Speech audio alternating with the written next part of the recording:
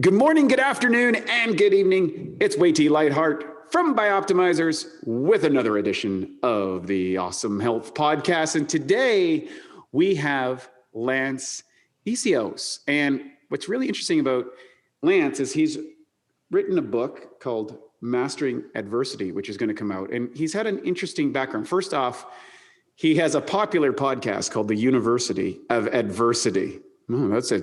I don't know if I want tuition, what the tuition is to that one. That one would be a challenge one university to go to. We'll talk about that in a minute.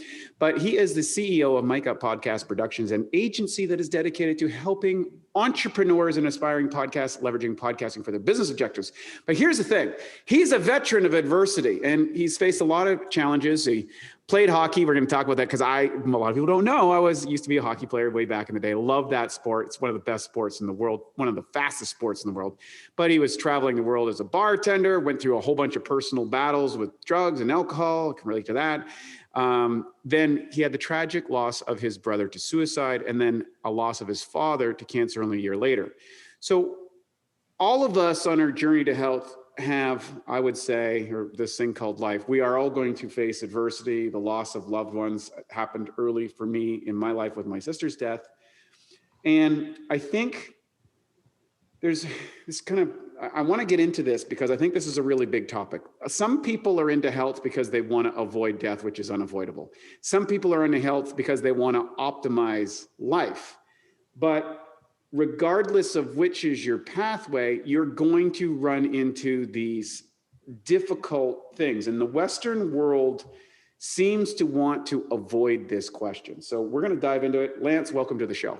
Thank you so much for having me. Really excited. Thank you for the awesome intro.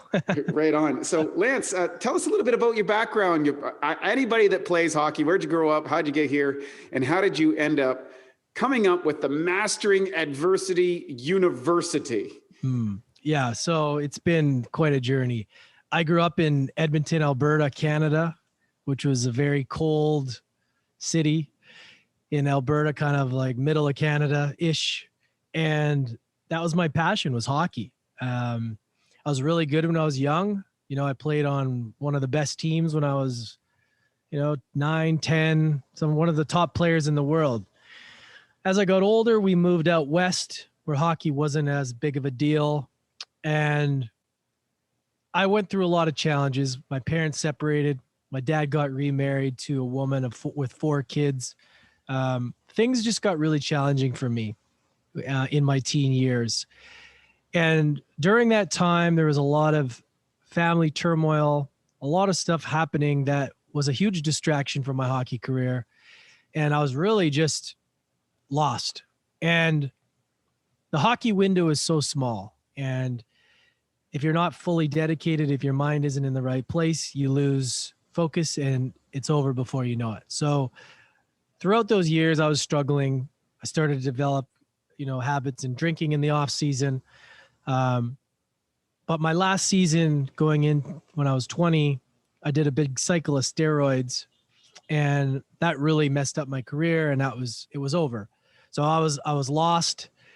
Quick I didn't question. Know. How did that mess up your career? Because most people would think if I take anabolics, it's going to enhance my career. I'm going to be bigger, stronger, maybe a little bit more aggressive. That's if I did it right, maybe, but I just put on so much size that I think my weight was like 220 and I went from like 195 to 220 in a summer. So yeah, I was strong. Speed and agility was affected, right? My coach is like, what's wrong with you? Why is your head so big? Like, what's going on? And to be honest, like it just ended. And then I went and finished my career in a level lower than that, but I kind of threw away my chances.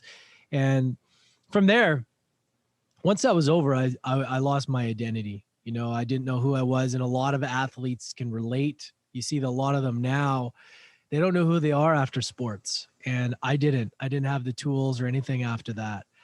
So I got into trying to figure out who I was. And I tried all the different things, all the jobs, all the trades, tried to be all the stuff, cop, firefighter, whatever, you name it. Nothing felt right. And I found the bar industry. It was an area that I could live in this like toxic environment and have a lot of fun. And that kind of swallowed me up for a majority of my 20s, which allowed me to travel, a lot of great times, but I fell into some really, really a spiral of darkness. And, I through can that, relate. I was a bartender, yeah. by the way. A lot of people don't know Oh, that. yeah. I went through the whole thing. So I get it. I Yeah. understand the whole after hours scene and all the other side shows that kind of emerge out of that whole world and can take you down. It's a great career on one level, but it can really take you down into a pit of snakes. And I can relate to that. So keep going. Yeah, that's exactly what it did. But not all of it was bad. I got to learn a lot about myself, but I always had like this thing in the back of my mind that's like, you can do better than this, you can do better. And what I did love about the bar industry was I loved connecting with people. I loved helping people. I loved giving them a service and giving them a good time. That made me feel good. Selfishly, that's what I loved. I didn't like the craziness of a lot of it, but I did like really connecting with people. And of course, it was fun. But I did go through a tough time. I lost my younger brother and my dad within a year and a half. And I was in a really dark place. I was living in Australia. And from there, I really had to give up the booze for a year, and I really started to make a change in my life. And before you know it, I was starting a podcast about adversity. There's something about that word that just sort of came to me, and it developed into this thing that just kind of took over. And it's been such a powerful journey through, University of Adversity, and be able to connect with all these amazing people and all these amazing high level performers that I've been able to learn kind of like the struggles that they've gone through, and to be able to kind of teach everybody along the way and share those stories. So it's been an amazing journey, and I'm super grateful to where it's taken me today. Well, let's dive into some of those adversities, particularly the death of family members. And I think there's lots of people out there who have dealt with it or who have yet to deal with it. There's a very interesting component. It happened to me, of course, when I was 18, my first year of university. My sister died. We knew it was coming. It wasn't a sudden, like a suicide or a car accident or some sort of thing. It was very relatively slow. There's really two different types of death that I think people face with loved ones. And that's the one which people get a diagnosis or an illness, and that's either a short or a long period of time, and you kind of have time to prep a little bit. And then there's the one day the person's here, the next day they're gone, never to be seen again. It seems like you've gone through both sides of them. And the human condition is fraught with pain and fraught with suffering. I always say no one gets out alive and no one gets out unscarred. So what happened in those situations, and then how did you impact that kind of set the course for you to kind of spiral downwards? And oftentimes it's just a coping mechanism. Yeah. So when I left to go to Australia, a lot of it was kind of running away from the pain I was facing in the life that I was dealing with my family. My younger brother came from my dad's second marriage, and she was right out of a movie like Stepmother from Hell. And there was so much crazy that went on in those 20 years that she just made our lives hell. And I couldn't process that anymore. She had caused so much pain that I really just wanted to get out and get away.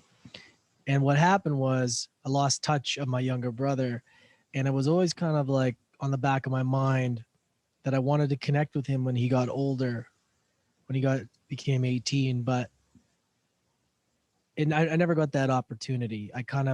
I was running away, trying to fix my own self, my own life. And while my dad was visiting me for the first time in 3.5 years, I was at work and I got the news, and, I had to come home and process and tell my dad that while he was visiting me. So that was really hard because I had a lot of guilt and shame around it because, I felt I could have been there for him. Mm-hmm. I felt I could have helped, but I wasn't.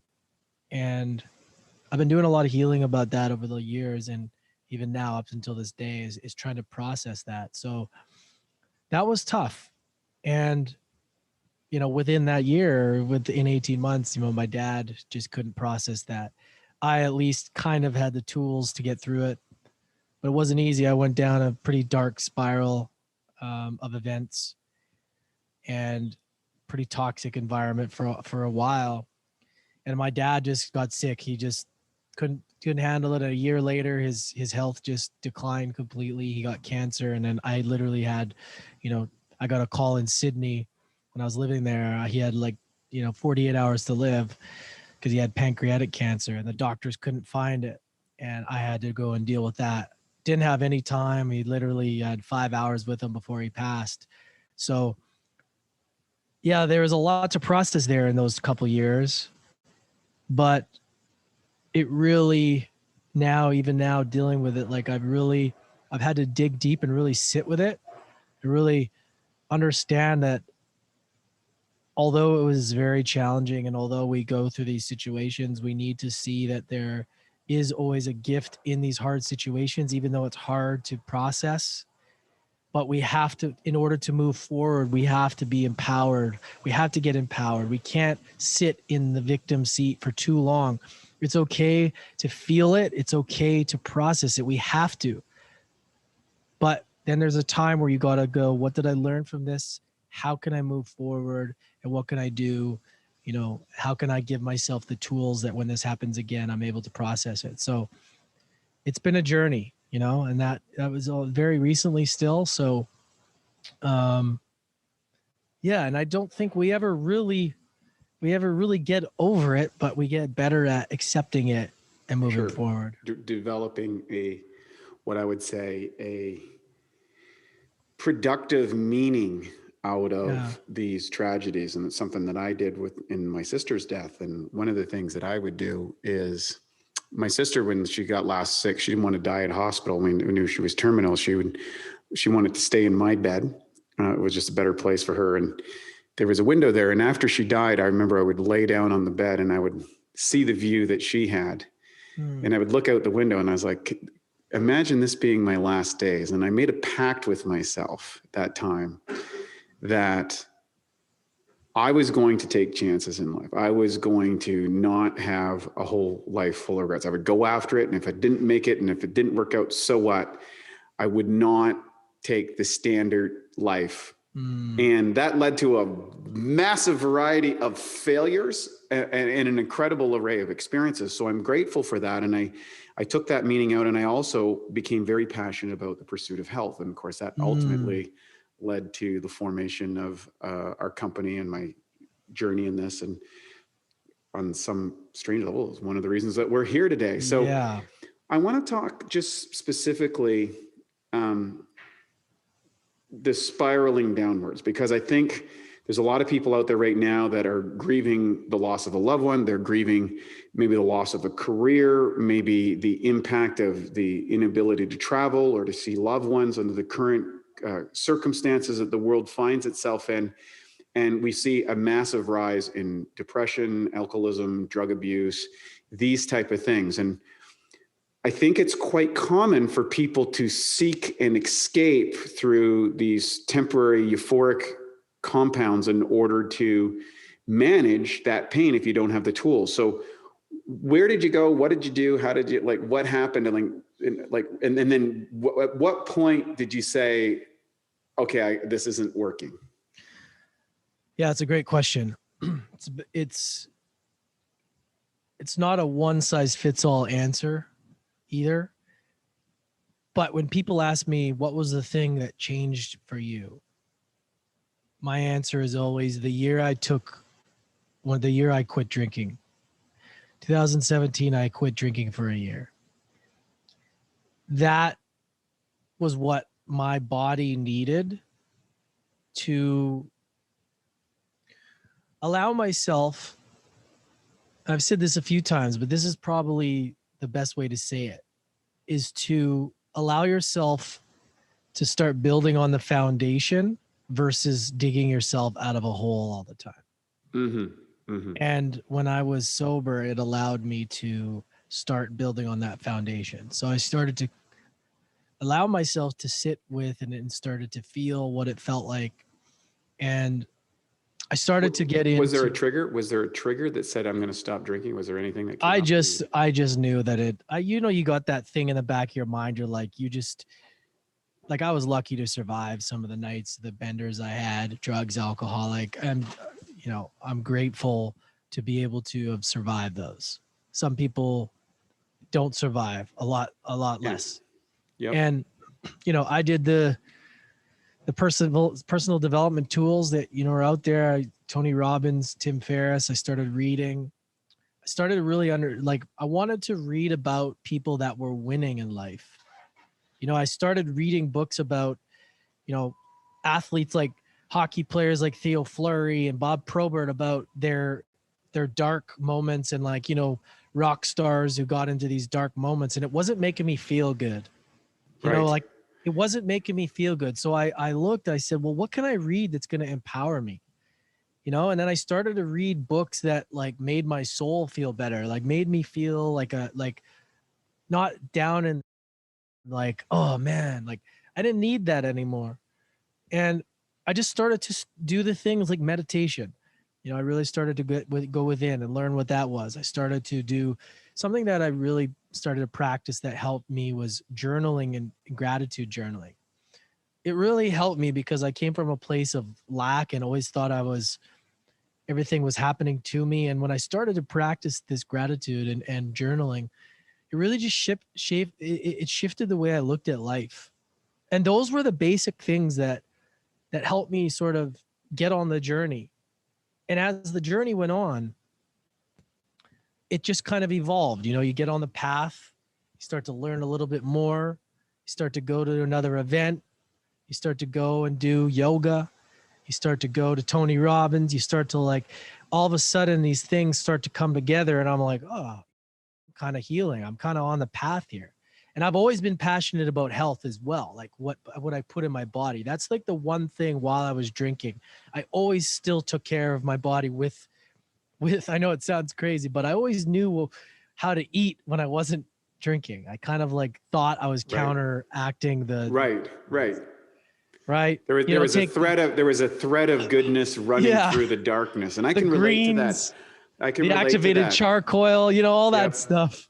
Yeah, there's an intuitive kind of connection that says, you know what, I really need this stuff to support. There's almost like I need to support myself because I know I'm kind of, going off the rails here.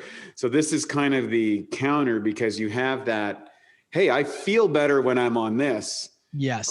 Physically, as opposed to maybe a euphoric, disassociative feeling that comes with booze and drugs. There's a very different feeling, which is, I would call it almost holistic versus hedonistic. Hedonistic being kind of the self-destructive things, which has the highs are higher and the lows are lower, where a holistic is kind of like a slow building good feeling, as opposed to like a peak good feeling and then the subsequent crash. Yeah, exactly. And I always knew better. I always knew in the back of my mind, you know what to do. What are you doing? And I think a lot of us do, but we ignore that, right? Our ego gets in the way. And I think the better you get at listening to, your soul and versus your ego and the distractions, the more you can kind of get on that path. So I think that's really the key as well, is knowing what voice is serving you or what is guiding you and which is the right way. And I feel like during that time, I always knew what I needed to do. And I just started to listen to it more. So it's been a journey since then. I've gone up and down. It's not been linear. It's been crazy.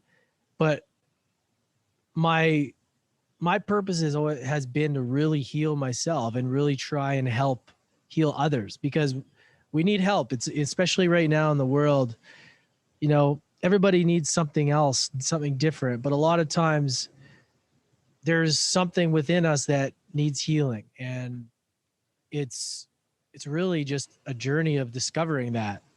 And that's kind of how it's been for me, is up until this point, is just really trying to figure out how I can heal myself best so I can help others do the same. And, So that's kind of where we're at. Well, let's go to your University of Adversity. I believe that adversity is unavoidable in life. In fact, most of the most successful, well-rounded, happiest people don't avoid adversity. They actually move towards it. And, they take it on and they go right after it. And it's in the world, which there's this very, very debilitating victimhood mentality of everybody's trying to play the bigger victim and blame someone as a perpetrator. You also have the emergence of what I would almost call these superhuman type people, and who we're connecting with on podcasts. If you go to a Tony Robbins event, it's obvious that he's been able to access states of being that most people can. If you look at a Jocko Willink, who explains the Navy SEALs, or Mark Devine, I had just had on the podcast the other day for developed SEAL Fit and a variety of condition things, or Tim Ferriss, who struggled with his own levels of depression despite worldwide success he just came out recently about. So it's not like a lot of people assume, hey, well, if you're rich and famous and successful and everybody loves you, that's going to be a winning hand. Oftentimes that's the hand that you go, and then what? Because it doesn't solve the things that the internal demons that I think roam the minds of all of us. So how did you come up with the University of Adversity, and what's it all about? Yeah, I say this to people. There's been a few things in my life that have been, 10 out of 10s, like that feeling like I got to do this, like that was one of them. I didn't know the reason why. I just knew I needed to do this. And the word adversity, it all just came together. And that flowed so beautifully. And it just was natural to me to do a podcast, because I was so used to connecting with people at bars, breaking down these barriers and connecting with people. So for me, it was easy to do this in podcasting, because I just generally love talking to people. I love finding out about them. I love connecting on a deep level, finding something in common. And when you connect at that high level, you're able to pull out this magic and share that with the world. And that's the vibration, that's the level. And I noticed, I was like, wow, this is addicting, and you get feedback from people and you start connecting with more people. It was amazing. And what I've come to realize with adversity is that you're absolutely right. There's a lot of victim mentality. There's a lot of people that are in the back seat of their life as a victim, instead of being in the driver's seat of empowerment. The Bioptimizer mission is to help more of the world fix their digestion at a core level. The truth is, your digestion is only as good as your enzyme levels. Imagine trying to build a house with a tree. It's impossible. You need to chop the tree down into small pieces. Similarly, in order for your food to be used by your body, it must be broken down into a bioavailable form. And that's what enzymes do, converting protein into amino acids, fats into specific fatty acids, and carbohydrates into usable energy units. We start out with an abundance of enzymes, and that's why kids can digest just about anything really quickly. The thing is cooking food kills enzymes, as they cannot survive at temperatures above 118 degrees. So years of this ends up depleting our bodies and leads to weak digestion. Taking digestive enzymes like masszymes, which has an incredibly high level of protease for digesting protein, as well as other critical enzymes like lipase, amylase, and others, is a total game changer. Suddenly, you strengthen your digestion, eliminate gas and bloating, boost metabolism, and multiply your energy. Most importantly, you fix your digestion at a core level. To get started with Masszymes and to save 10% on your first order, go to masszymes.com. That's MASSZYMES.com, and use the code MASS10, MASS10. Adversity is one of these things where I've learned that it's coming for you no matter what. Mm-hmm. Right? Like, so we better just get ready for it. And the more you learn to face it, which usually comes in some sort of fear or some sort of anxiety, on the other side of that is where the reward is. That's the thing. It's like when we seek the adversity, when you get that fear response, it means we need to lean into it. And when you can lean into that with a place of empowerment, and you know that on the other side is going to be a lesson, that's going to bring you the fulfillment that is what you're seeking. Because you can have all the shiny objects, but you don't talk about the shiny objects. You talk about what did I do to get there? And that's the lesson that we teach people, is that because it's getting over the thing that is the valuable lesson, is that it's not just, we don't talk about how easy things were.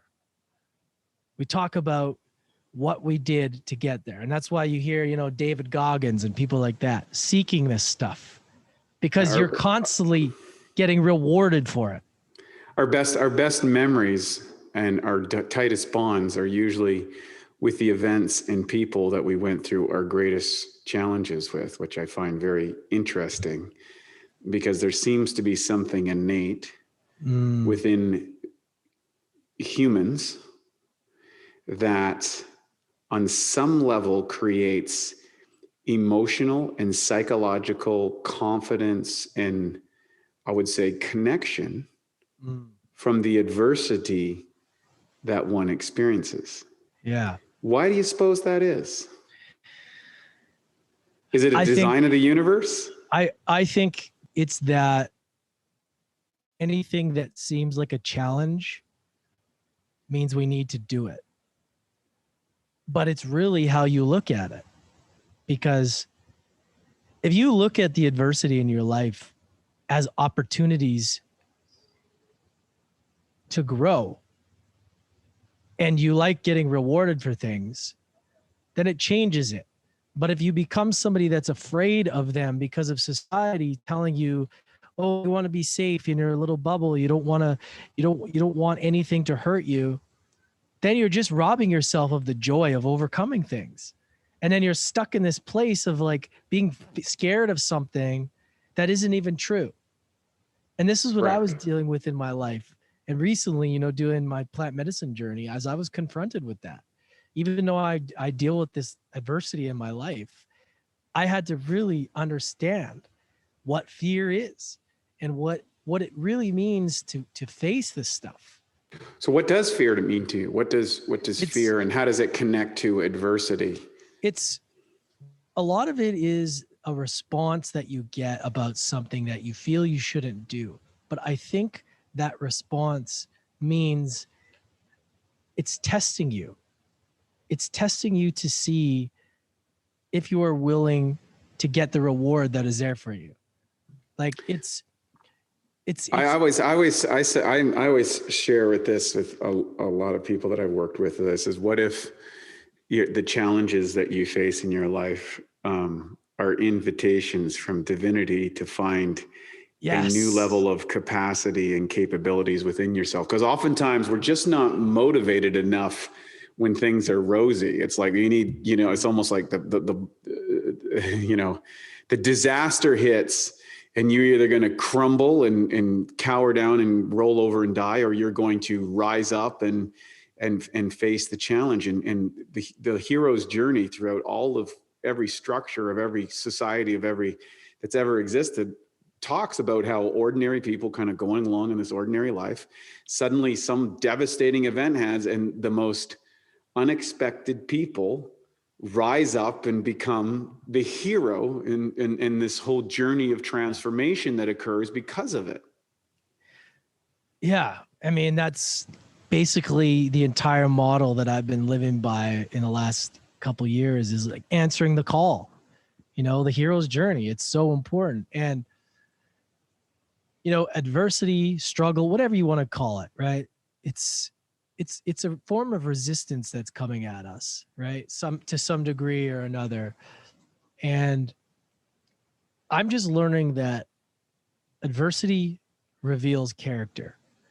And in order to really discover who you are, if you want to get to the next level that you say you want to, then you're going to have to overcome challenges. You're going to have to overcome adversity. If you want to play small, well, you may encounter less adversity. But at the end of the day, it's coming for you no matter what. So if you can have the tools, and if you can have the hacks, if you can take care of your body, have the right supplements, do all the things, then you're going to be able to take whatever adversity is coming at you and get through it in the best way.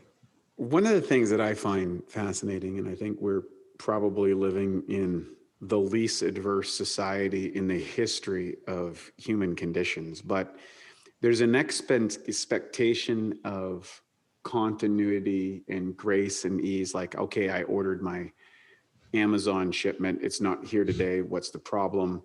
I just got out of university. Why am I not making $1 million a year?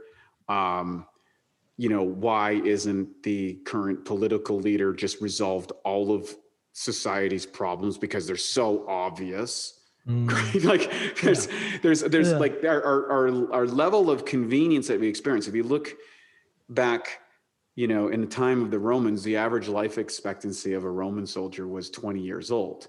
If you look back just 150 years ago, the average life expectancy was like 40 years old. And we look today and it's, somewhere around 80, yet the disability adjusted life expectancy is going downwards, is at around 60 years old. And so at some point in maybe the 60s or 70s, we crossed over the convenience threshold. In other words, we developed a rapidly rise of a convenience and the diminishment adversity, so much so that the things that everybody dealt with, everybody got sick, everybody had family members that died, everybody had to work hard, everybody died of an untimely death or a disease and some horrific condition or something that's relatively resolvable today, up until relatively recently. Why do you think that so many people are choosing the path of victimhood instead of the path of the hero when faced with whatever adversity it is? I think because we live in a world where it's consumer world where you're sold based on your fears and your weaknesses. Like they can really prey on your... Tell me more about that. What's that mean? Creating these problems with people, or a lack of some, you don't have this, so you need this to be whole, right? Or so that you're not good enough if you don't have this exactly. kind of thing that preys on the dark side of the human psyche. Exactly. And you need us, or you need this or that in order to be whole. And I think it's interesting because we want to be comfortable all the time. And people think it's like all the things that we used to do as, being primal animals, like walking barefoot or, like going into cold water, doing all like challenging things. It's like that was considered like a bad thing. We gotta stay safe. We gotta stay comfortable. And I think we've just gotten so soft, and we don't have to hunt our own food. We don't have to really do anything, and we're just consuming so much stuff that I think it's in our genetics to have to go and do these things in the human DNA, but we don't. And most people have this energy that they don't even know what to do with. And it ends up just creating chaos because they're not be able to express themselves in ways that they've been expressing themselves for generations. And so what tools, so going into that, what tools have you discovered to manage adversity in your life? What do you think, if someone's listening to this podcast, what would you say is some things they're going through something adverse, maybe a health challenge, maybe a financial challenge, maybe a breakup, maybe the death or a sickness of someone they care about or close to them. maybe a career change, maybe a financial chaos. I mean, adversity comes in so many different methods.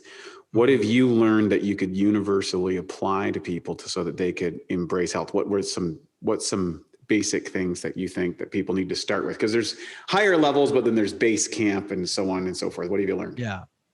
The most basic is to be okay with where you're at. Acceptance doesn't mean do nothing, but it means be okay with it. A lot of this stuff is a lack of self-love and a lack of judgment and shame in our stories. And being able to accept your story fully as part of your unique, as your unique puzzle of life is important. And if you come to something, a challenge in your life, an adversity, and it's troubling, you have to sit with it. You have to sit with it. You have to reflect, connect to yourself. That's as simple as sitting with something and journaling. How does it feel? Really get your feelings out on paper. Like this kind of stuff, this basic stuff, it seems basic, but it is so powerful. When you're doing that, would you say it's flipping the script from this is happening to me, that this is happening for me? Yeah. It's really just accepting the present moment. If you're having time or something is really struggling with you, you're struggling in something, you have to sit with it. You have to process it and understand this is happening for me.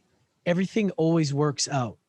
But immediately we judge ourselves, expectations of why something isn't happening fast enough because of somebody else we're comparing ourselves to. We all have our unique story. And for me personally, it's been accepting that and sitting with the things of discomfort. We want to celebrate all of the wins and all the positive things in our lives, but we also have to identify when we're not feeling great.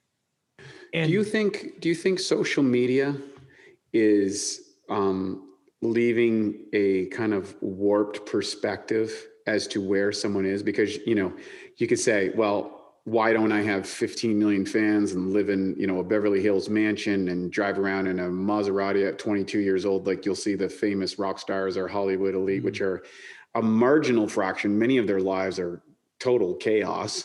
Do you think that influences a lot of people in their expectations or their how they feel they're doing, or their what would be maybe a fairly good life, but in comparatively it seems like they're living they've lost? Yeah, without a doubt. Social media can be used such a tool, but it can be used as a weapon against you as well. It's really got to be used with, you really got to understand what it is. And people compare themselves to others. It's so easy to do. I've done it. I'm sure you've done it. You look I think at it's natural in any species, just totally. the neurochemical nervous system. Dr. Jordan Peterson talks about that, of understanding the dominance hierarchy, but unfortunately we're now not comparing ourselves to our local community. We're now comparing to like the very ultimate levels of possibility in a giant field of millions of people, which is not, our human brains aren't really capable of adapting to that as of yet, which maybe this thing of social media is actually inviting us to look at humanity from a much bigger and more broader perspective than humans have had at any point in time. Yeah, exactly. But you're also looking at people that you don't even know. You don't know their story. We don't know what they've gone through. You see one aspect of their life.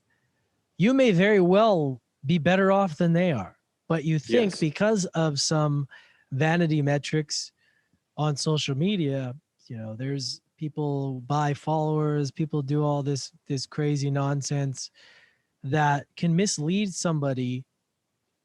And the part that sucks about that is that when somebody sees something, they compare themselves and they'll stop doing what they're doing because they feel that where they're at isn't good enough for where they want to be, because they haven't achieved what the person they're comparing themselves to has. And that's so dangerous, because we all have our own journey and our own unique footprint of wins and losses that have got us where we are today. And it's great to look at people and see what's possible, but really we don't know anything about their life, and it really doesn't matter, because their life is different. We have been raised by different people. We have gone through different events.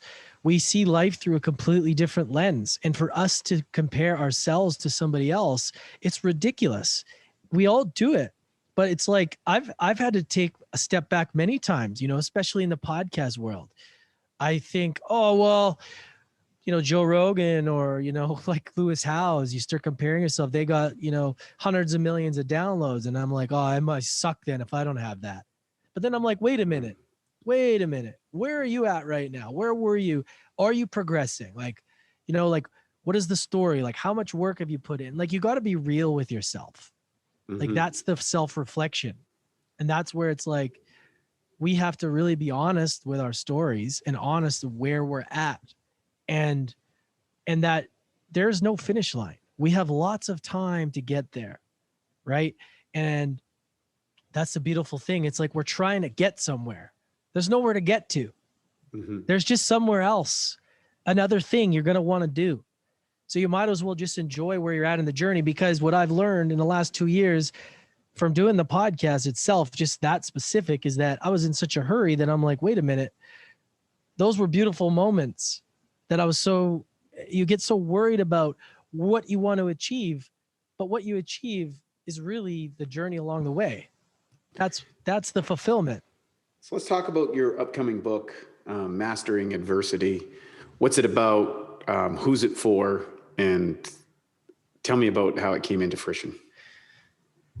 Yeah. So that's another thing that I knew that I had to do. It's been kind of calling me, so to speak, answering the call, something that scares me a lot, that I know that I have to lean into it. And I was looking for the right opportunity, and this opportunity with kind of a crowdfunding campaign came across, and it felt right. And I was trying to decide on a name, and Mastering Adversity was the name that really sat with me, because the book is going to be not only about adversity, but it's going to be about developing first of all, like what we talked about, a deeper acceptance of our story, of where we're at. Like, where we're at is totally fine, and we need to be happy with that. And when we can fully accept who we are, our truth, and where we're at, then we can start to move forward and look at things differently. It's easy to say, oh yeah, just go and change your perspective on adversity, be empowered. It's not that easy, right? Everybody has different levels of trauma, different levels of stories, and it makes it harder. So it's really just understanding where you're at first and foremost. And then it's going to go through, what is adversity? Why does it show up? How does it serve you? And we're just going to kind of unpack the different areas in life that it shows up with. And it's going to be a combination of my story, what I've been through, my healing and, self-discovery, with all the brilliant people that I've interviewed, over 300 people, from all kinds of, New York Times bestselling authors, pro athletes, lots of amazing humans, spiritual leaders, and just kind of alchemizing all of that into a book and doing my best to sort of make that a reality and make that into something that, so people can have the tools, tips, resources that they can use kind of as like a field manual for life in these hard times. So love it. I love it. Can you share where people can reach you, Lance, all your social media channels, where they might be able to grab a copy of the book, all that sort of stuff? Yeah. So there's the fundraiser campaign, which we can link in the show notes. I'll send that to you. And just all social media is Lance Essihos or Lance W. Essihos. It's super easy to find me. My name is the only one out there. So also lanceessihos.com is the website. And any words that you'd like to share with our audience, whom someone might be going through adversity right now, and some things that you might be able to send them a pearl of wisdom? Yeah, it's essential. It's essential. You got to learn to lean into it, because on the other side of that is going to be the fulfillment and the reward that we seek. And learning to really embrace the adversity, embrace the struggle, is going to produce all of the joy and the fulfillment that is really what we're after, so that you're able to teach other people and to be able to help people get through what they're going through. So I think just seeking the struggle, seeking the challenge, because that's where the reward's going to be. Well, there you have it, folks. The words from Lance Essihos, Mastering Adversity. Make sure that you check out his podcast, University of Adversity, his new book, Mastering Adversity. And more importantly, take some of the words that he suggested today. You know, no one gets out of life, as I say, alive, and no one gets out unscarred. But maybe the biggest challenge that you're going through right now is an opportunity to inspire you to discover the greatness that lies within you. Thanks so much for joining us today. It's another edition of the Awesome Health Podcast. We'll see you again next week. And until then, be awesome. Take care. At Bioptimizers, our mission is to fix digestion. And a cornerstone of digestion is gut flora. P3OM is our patented probiotic formula. In fact, we call it the Navy SEALs of probiotics. You see, strong proteolytic or protein digesting activity is paramount to having a healthy gut flora. And of course, P3OM provides that. The good news is, unlike weaker probiotics, P3OM survives the digestion process. What it does is it basically multiplies the good guys while protecting you against pathogens, or what some people call the bad guys. P3OM really helps to rebuild your digestion. And what that allows you to do is to maximize nutrient uptake, energy, and metabolism. To find out more of how P3OM can help you, go to www.bioptimizers.com. Thank you for listening to the Bioptimizers Awesome Health Podcast. You can find more information at bioptimizers.com.